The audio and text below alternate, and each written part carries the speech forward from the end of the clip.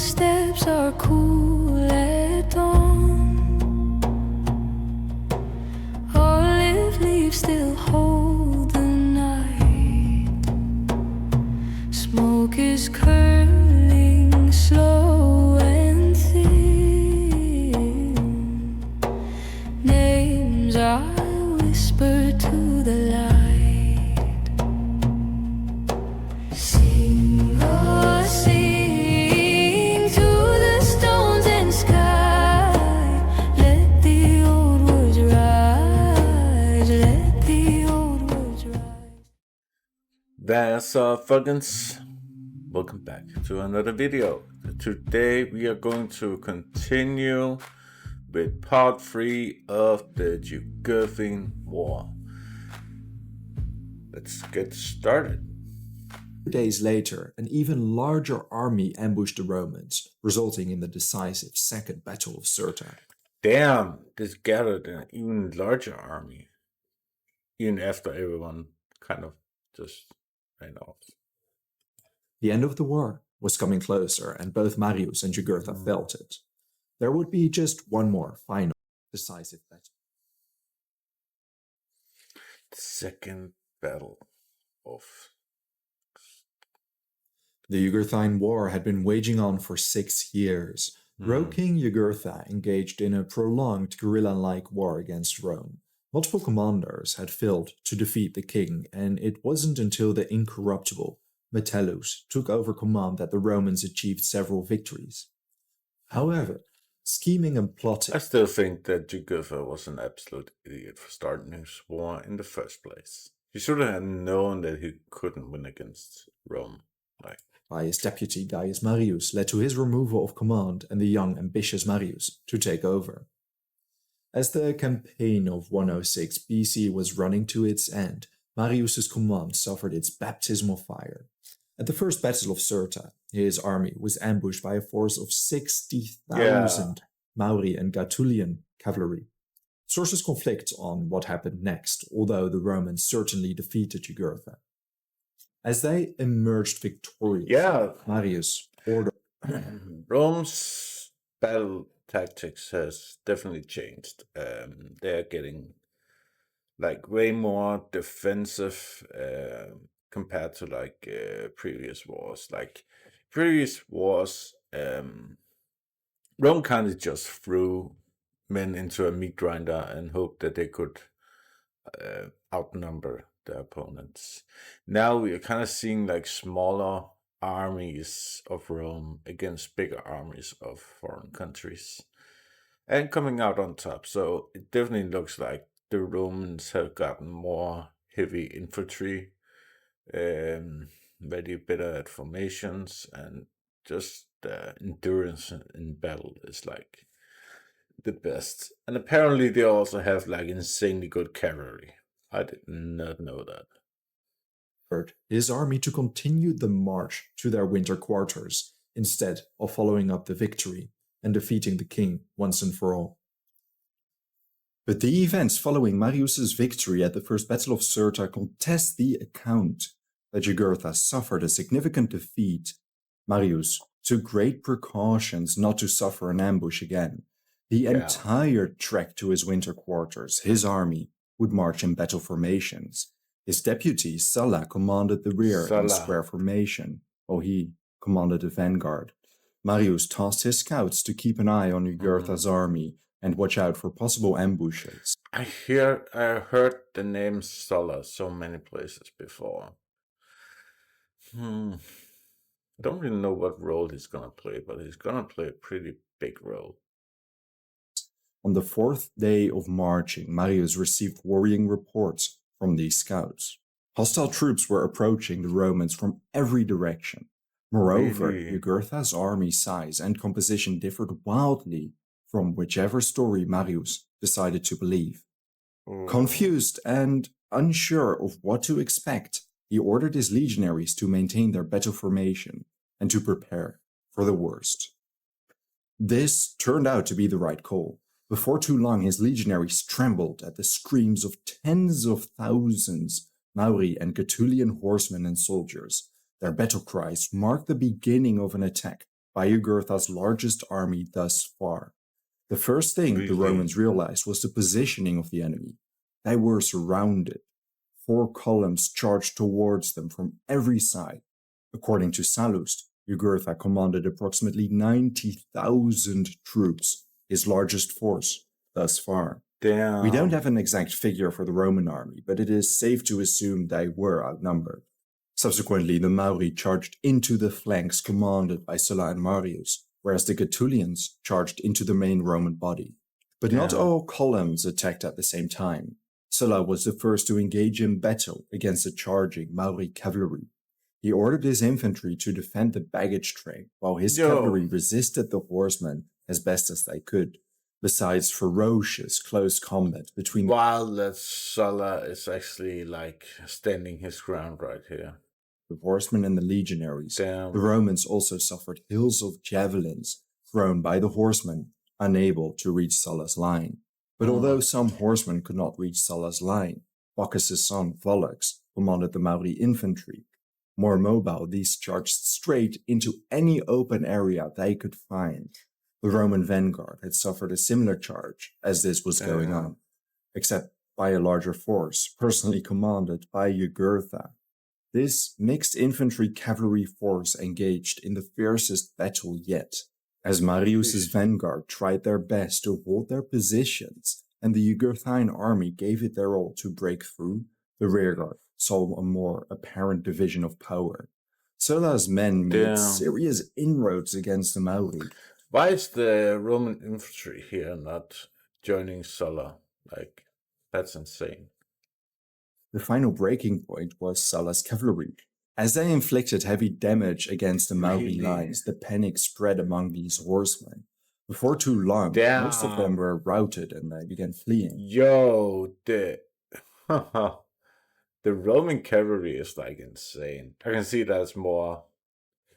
I wondered like why Jugurtha was like leading these guys and not his own people, but I can see they're like joining in an ambush now.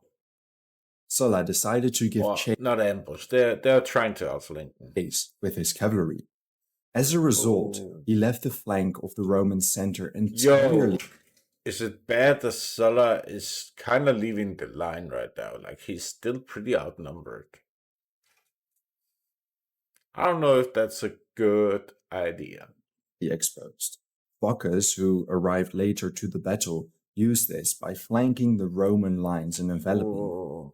When word reached Jugurtha that Bocchus finally... It's just because it's pretty weird that he's leading Jugurtha's people and Jugurtha is leading his people in battle. That's pretty weird. Arrived, giving battle at the Roman rear. He left the vanguard to ride towards him between friendly lines. That's like although sources don't specify anything regarding the fourth attacking column, it is assumed that combat emerged on every flank of the Romans by this time. They were hard-pressed due to the simultaneous assaults and numerical superiority of Jugurtha's army. When Bocchus and Jugurtha saw each other, Jugurtha cried out in fluent Latin that the Romans were fighting in vain, since he had personally killed Marius shortly before. Jugurtha displayed a bloody sword to emphasize his point. Some turmoil spread among the legionaries, unsure of what to make of Jugurtha's claims. But before doubt could take over, salvation arrived for the Romans. It arrived in the form of Sulla's returning cavalry. They abandoned their chase of the fleeing Mauri and instead crashed into Bocchus's flank. The charge was so brutal that Bocchus did not even bother to resist it. Instead, with many casualties upon impact, he decided to flee the battle together with whatever remained of his cavalry. Bocchus abandoning... Not even his cavalry. He's fleeing with Jugurtha's men. The battlefield left Jugurtha isolated.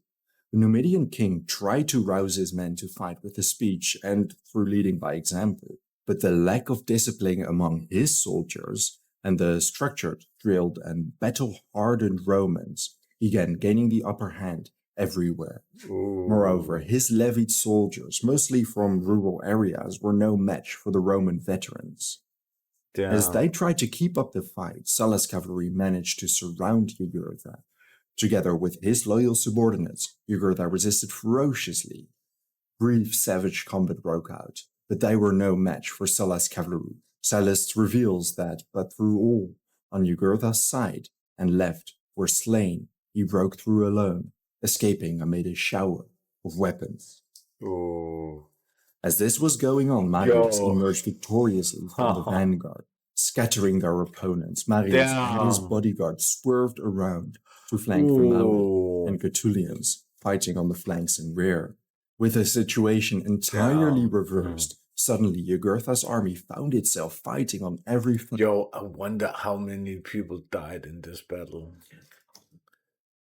Damn. Yo, they're like being butchered right now. Damn. Imagine like how tired the Romans gotta be in like this fight. W. Sulla, honestly. and being attacked in the rear. Before too long, most soldiers realized they were on the back foot and fled in a panic. Upon seeing their king escape, the last warriors resisting the Roman bulwark broke rank and fled. Sallust described the chase. There was a fearful sight in the open plains of pursuit, slaughter, or capture. Horses and men were thrown to the ground, many of them wounded, without the strength to escape or the will to remain still, struggled to get up, only to collapse immediately. As far as the eye could see, the battlefield was strewn with weapons, armor, and corpses, with patches of bloody earth showing between them. Despite the exact number of casualties unknown, it is safe to assume Jugurtha's army was dealt a very decisive blow. It's pretty rare that to find out that we don't know about the casualties and stuff like that. It seems like there's a lot of mystery about this war, like its casualties, how many were fighting, and stuff like that. Compared to like, I think it was Greece that like we learned like a lot of like there was a lot of details. Marius's objectives shifted in the aftermath of the Second Battle of Cirta. Although Jugurtha once again escaped, the focus did Is not this now Rome is gonna take over all of this territory? remain on capturing or killing the Numidian king in battle. Instead, he sent a diplomatic envoy to Bocchus. The Mauritanian king lost a large part of his army during the previous battles. Moreover, he understood the implications of his gamble against Rome. Yeah. There was no way he would be You're able done. to avoid Rome's vengeance. Within a week of losing the battle, he sent a diplomatic envoy to Marius to open negotiations. After some back and forth, Bocchus received a very clear offer: deliver Jugurtha, and Rome would forgive his participation in the war. Yeah. Marius's deputy, Sulla, That's a pretty good offer. traveled to Bocchus's court to negotiate the deal. But, according to Sallust, Bocchus schemed with Jugurtha in the background to abduct Sulla and to hold him as ransom to sue for peace. That's stupid. I don't know if I believe that. Like, Bacchus was given a pretty great deal, honestly. Although it is doubtful if this would have worked. After all, at the time Sulla was only a deputy commander of lower nobility, it is speculation to think otherwise. All that is known is that Bocchus invited both Sulla and Jugurtha to his court. He kept both parties in the dark of his actual loyalty until the final moment. But Bocchus understood Rome's might, so when the opportunity presented itself, he had Jugurtha's bodyguard assassinated and the king arrested. He handed him over to Sulla, who, together with Marius, brought him to Rome. Interesting that it was a pretty great deal that Bacchus was giving. I don't know if I believe the part of like him trying to like kidnap Sulla. I don't know. Doesn't sound that believable, especially when he was giving that great of a deal. According to Orosorius, Marius's triumph on January 1st, 104 BC, saw Jugurtha and his two sons paraded on the streets. Plutarch reveals how the king met his end. We are told that when Jugurtha had been led in triumph, he lost his reason, and that when, after the triumph, he was cast into prison, where some tore the tunic from his body and others were so eager to snatch away his golden earring that they tore off the lobe of his ear.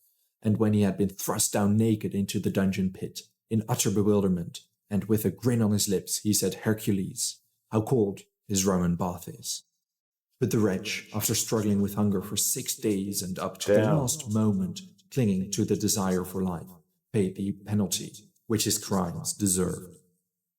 We don't know why Jugurtha ended up meeting with Bacchus at his court. Sallust and Osurius implicitly ascribe it to naivety, although a man of Jugurtha's cunning must have known Bacchus had no other option but to betray him. He wasn't cunning, he was an idiot. We will never know for sure. All that is known is that the man who challenged Rome's might for years with decent success eventually met his end in a Roman dungeon. Bacchus ended up receiving his reward. He was named ally of the Roman people, retained his Mauritanian crown, and gained a third of western Numidia. Jugurtha's half-brother Gauda was confirmed as the new king, and the Gaetulians became an independent entity from Numidia. Ironically, Bacchus was the tangible victor of the war. Having gambled on the wrong side initially, he kind of got everything he wanted. His kingdom was small when the war broke out. Yet by the time it ended, its territory and might increased significantly, not to mention the power being Rome's ally brought with it. It wasn't until Rome's 2 civil wars half a century later that Numidia was partitioned, with the western part retaining its independence. In contrast, the eastern part was Civil wars? Interesting. added to the Roman province of Africa. Another century later, in 40 AD, I obviously know about one specific one, with the one starting with a C and the other starting with a P. Caligula annexed the kingdom and divided it into 2 new provinces. It certainly is a fascinating history, but those tales are for another time. Thank you very much for watching this video. If there's a topic, battle, or event you would like to know more about, let me know your thoughts in a comment. I would also really like to know more about, let me know your thoughts in a comment. Alright, thank you so much to House of History. Interesting. This was pretty... It kind of reminds me a bit about Kings and Generals with the animation. It was really great to see.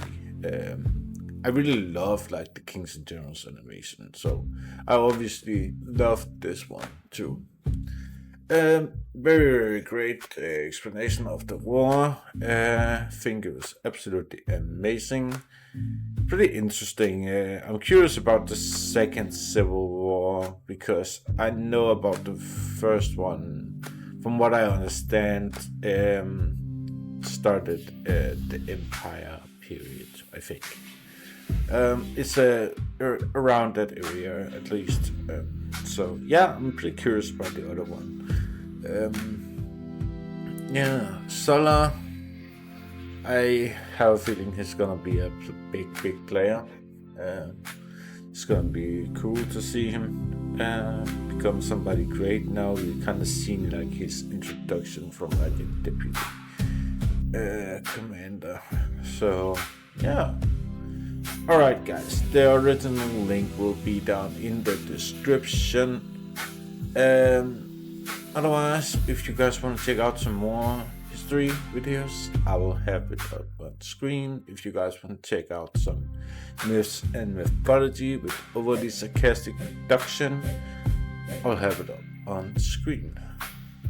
Otherwise, see you later guys. Bare feet in the furrowed ground, dust on my tongue, heat bearing down, sun like a hammer on my back, name I was born with, they took that. But my chains float soft like water, running through this tired soul. You can bind my hands together.